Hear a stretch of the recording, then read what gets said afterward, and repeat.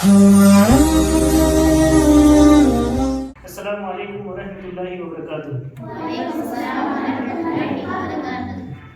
अभी आपसे सवाल जवाब किए जाएंगे और वो सवाल जवाब वही है जो आपको यहाँ पे शाम के मदरसे के अंदर सिखाए जाते हैं। शाम को जब मकतब चलता है ना, इसमें वो सारे सवाल जवाब आपको सिखाए गए हैं, वो सारी जानकारी, सारा इल्म की जो बातें वो आपको बताई गई है। तो उसके ऊपर एक हम सवाल करेंगे, जिनको आंसर बताओ, जवाब बताओ, उससे क्या करेंगे, आप क्या करेंगे। तो फिर मैं जिससे कहूँगा उससे सवाल का जवाब पूछूंगा, उसको जवाब देना, सबको जवाब नहीं देना। जिससे पूछा जाए ना वही देना जवाब। जब ये पूछे ना कि सवाल इसका आंसर क्या है, इसका जवाब क्या है, तो खड़े होकर सब करेंगे जिनको आंसर पता है। ठीक है, तो अपन कुरान के बारे में करेंगे आज सवाल जवाब। किसके बारे में करेंगे? कुरान के बारे में। ठीक है, तो कुरान के बारे में सबसे पहला सवाल अपन ये कर लेते हैं कि कुरान में पारे कितने हैं। ठीक है ना, कुरान के अंदर पारे कितने हैं, इसका जवाब किस किस को बताओ, हाथ खड़े करो सब। कुरान के अंदर पारे कितने हैं तो बता, समझने कितने हैं इसमें बता कितने हैं? 30 पारे हैं। तो कुरान में पारे कितने हैं? 30। इसने जवाब दिया 30 पारे। ठीक है, अब कुरान के ऊपर ये सवाल करते हैं अपन कि कुरान मजीद के अंदर सूरतें कितनी हैं। ठीक है ना, हाथ खड़े करो जिनको जवाब पता है। कुरान मजीद में सूरतों की तादाद कितनी है, उसके ऊपर हाथ खड़े करो। तो ये पता है तुझे?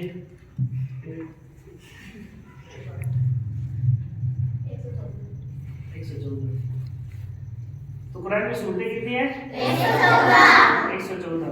ठीक है, फिर उसके बाद में कुरान के बारे में एक सवाल हो रहा है कि कुरान मजीद के अंदर बिस्मिल्लाह की तादाद कितनी है। ठीक है ना, हाथ खड़े करो जिनको जवाब पता है। जिनको जवाब पता है वो हाथ खड़े करो सब कि कुरान मजीद में बिस्मिल्लाह कितनी है ना। तुझे पता है? तू बता। 114। बिस्मिल्लाह कितनी है कुरान मजीद में? 114। कुरान मजीद में बिस्मिल्लाह भी 114। बिस्मिल्लाहिर्रहमानिर्रहीम जो है वो कितनी है? 114। ठीक है, उसके बाद और आगे सवाल है कि कुरान मजीद में सूरतों के ऊपर बिस्मिल्लाह कितनी है, कितनी सूरतों पे बिस्मिल्लाह है। हाथ खड़े करो जिनको जवाब पता है। ठीक है ना, कुरान मजीद में सूरतों के ऊपर बिस्मिल्लाह कितनी है?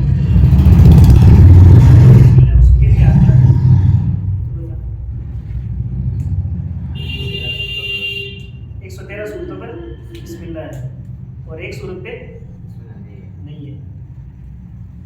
तो कितनी सूरतों पर बिस्मिल्लाह है? 113 पर। और एक सूरत पर बिस्मिल्लाह नहीं है। तो अपन ने देखा था कि कुरान में बिस्मिल्लाह कितनी है? 114। ये तो 113 हुई। तो फिर एक बिस्मिल्लाह जो और है वो फिर कुरान मजीद में कहाँ है? हाथ खड़े करो, किस किस को पता है?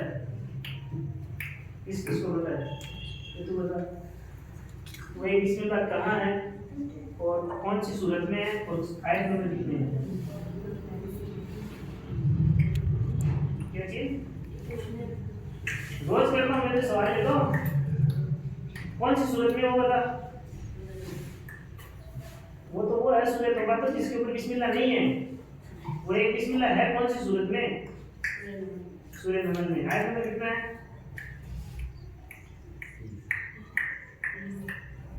आयत नंबर कितना है? 30।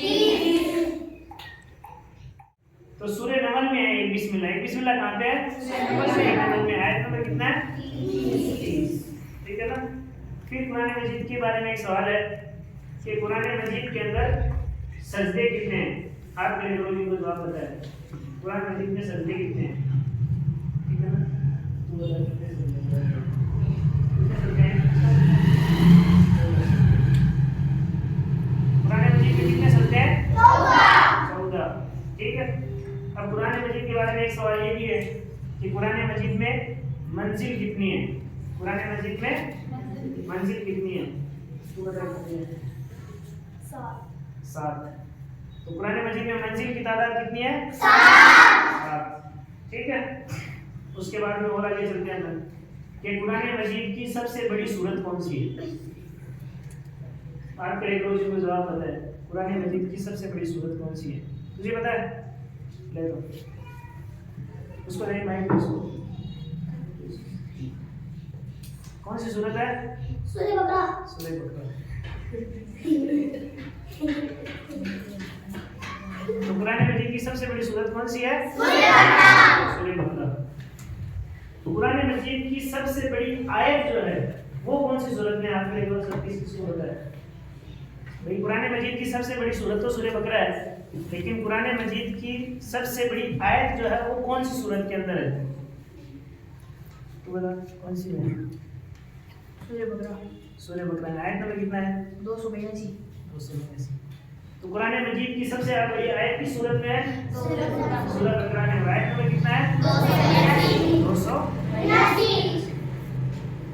कुरान मजीद की ऐसी वो कौन सी सूरत है जिसको पढ़ने पे एक एक कुरान का सवाल मिलता है? आप देखो कुरान मजीद में वो कौन सी सूरत है जिसको पढ़ने पर एक एक कुरान का सवाल मिलता है? देखो बता कौन सी सूरत है? सूरह इखलास। सूरह इखलास। तो एक दिए का मतलब कितने पारों का सवाल हो गया?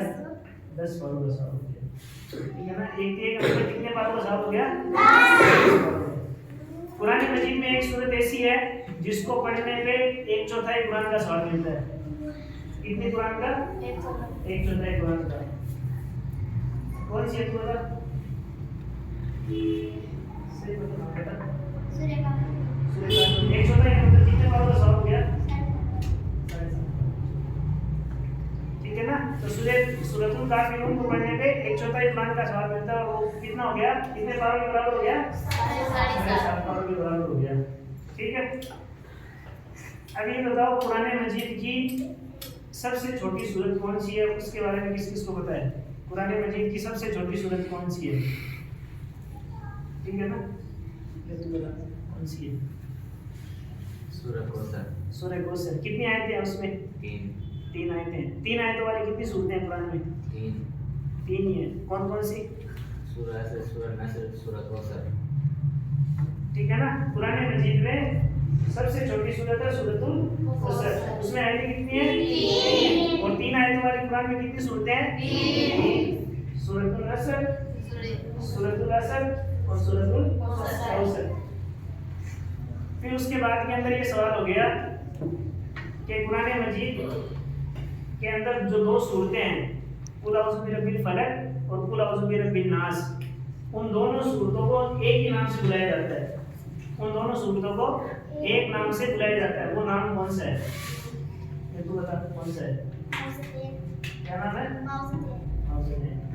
यानी कुल औज़ु बिरब्बिल फलक और कुल औज़ु बिरब्बिन नास दोनों को एक नाम से पुकारा जाता है, वो क्या है? मौज़ूद। ठीक है ना? फिर उसके बाद के अंदर वो कौन सी सूरत है कुरान की जिसके ऊपर बिस्मिल्लाह नहीं है ना? हाथ खड़े करो, किसको पता है? वो कौन सी सूरत है जिसके ऊपर बिस्मिल्लाह नहीं है? ये तो बता कौन सी है? सूरह नंबर कितना है? कितना है? जिस सूरत में बिस्मिल्लाह नहीं है वो कौन सी सूरत है? सूरह तौबा। और सूरह नंबर कितना है? 9।